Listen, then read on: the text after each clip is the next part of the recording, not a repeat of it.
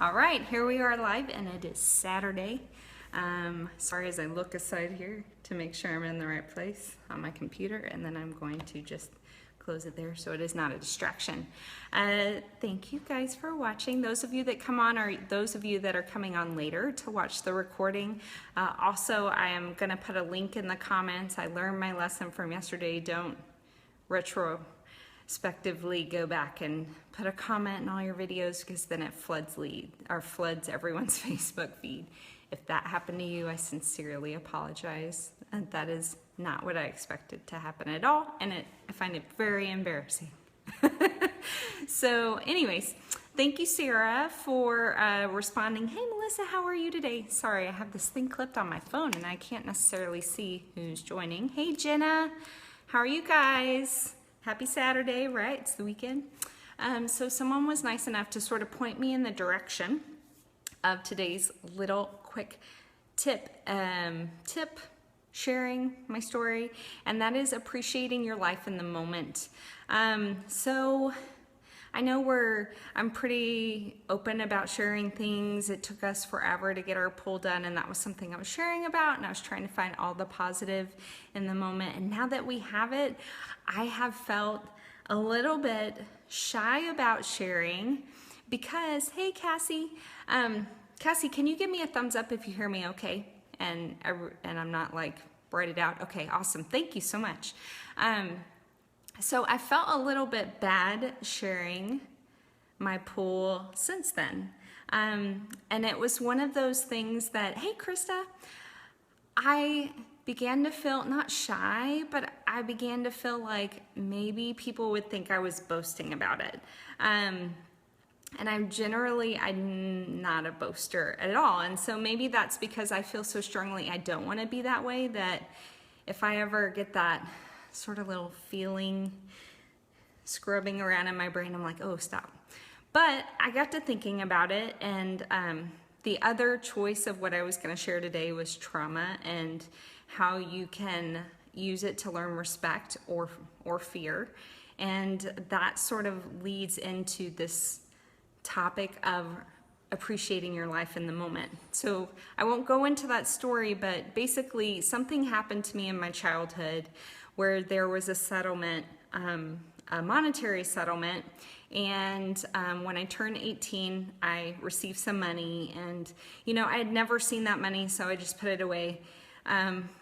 Put it in, my mom worked for Southwest Airlines at the time, and that was in their heyday, so I invested in some Southwest stock as an 18-year-old and put some more of the money away in a mutual fund, and then I bought like a used car, because I desperately needed a used car. The 87 Chevy Spectrum, I think that's what it was. It was a doozy, but I needed to replace it before I went to college. But that money got put away, and here with the pool, it was a big contributor to us paying it off. So that's what I got to thinking about. I was so worried that I might be coming off as bragging about the pool, and I'm so enjoying it because it's the fruition, basically, of 40 years of this incident that happened in my childhood, basically. But it also made me think about just all the things in our lives where sometimes we get caught up and we don't want to share what we're joyful about because we're so worried that others are going to find something against it. Hey, Keisha, we really need to practice sharing our joy, because sometimes other people, or most of the time, other people are not judging us, but they need something joyful in their lives as well. Hey, Pete. So this got me to thinking that we really should take those moments when we are happy about something and share it. It could be that moment in someone's day that they need to realize that, hey, look, this person is joyful about something large or small. And yeah, that's a reminder to me that I'm also joyful about those things. Yes, we should share joyful things. Hey, Doug, thanks for coming on. So, there's People coming on is distracting me. I apologize as I go, try to find my place again. Again. So be joyful about those little things and those big things, and don't worry that sharing them is going to cast you in some negative or bragging light with someone else. This leading up to the pool in particular was what was bugging me. I didn't want to share it. I think about, I say I'm 45 because that's just a guesstimate. I really get tired of trying to calculate my December birthday every year. My kids remind me. Now they don't care. But when they were younger, they'd be like, Mommy, you're going to be 28 this year. And I'd be like, great. Now I just round up to like the nearest 5 because I like 5s and 0s. So I'm 45, sure. And there were many, many years when we didn't have a pool. There were many, many years when we didn't do all the extra stuff. We are just generally savers. And I know some other people are so great, and I envy them, and I wish we had maybe been more like this and I say we, and I mean me and my husband, who have been married since shortly after college. Maybe there were times that we could have splurged for a weekend. I don't think we took our first, just our immediate family vacation until like 11 years into marriage.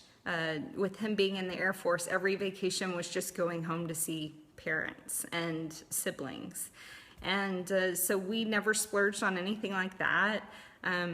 Until recently, we haven't even been to any rock concerts. So we just took our kids this last month, and it was so expensive.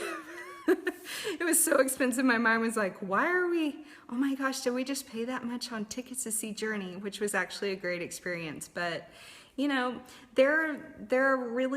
to appreciate the moment right now, because there are going to be times where there are not big things to celebrate, but there are little things to celebrate. And then as you get as old as I am, I'm just going to say I'm 50. When you get to be 50 like me, why not just round up further? Then you'll have other things to appreciate. And different things give you joy. When my kids were younger, hey Julie, I wouldn't have said that those moments gave me joy because I was so caught up in how tired I was, or how we didn't spend money to do fun things, or that my husband was deployed and so I was home by myself, away from family, just trying to make it work. I wish I could have slowed down in the moment and enjoyed those moments. And now I have my husband around a little bit more often. My kids are older and we do different things, and now I am joyful for these moments. So it's really just finding the right perspective.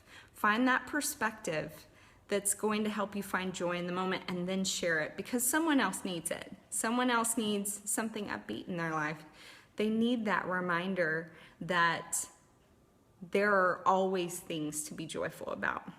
It might not seem like it's $1 million mansion you live in on the hill, or it might not seem like the perfect island getaway, but it's something right in front of you to be joyful about.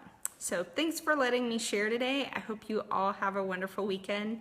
If you are looking to watch more of my videos, but they're hard to find on Facebook, I'm going to put a link in the comments, which is my YouTube channel, and you can go there and just binge watch all day. Or, I guess you could go and find one thing to watch, but I will put that in the comments. You guys have a wonderful weekend, and look forward to the next week.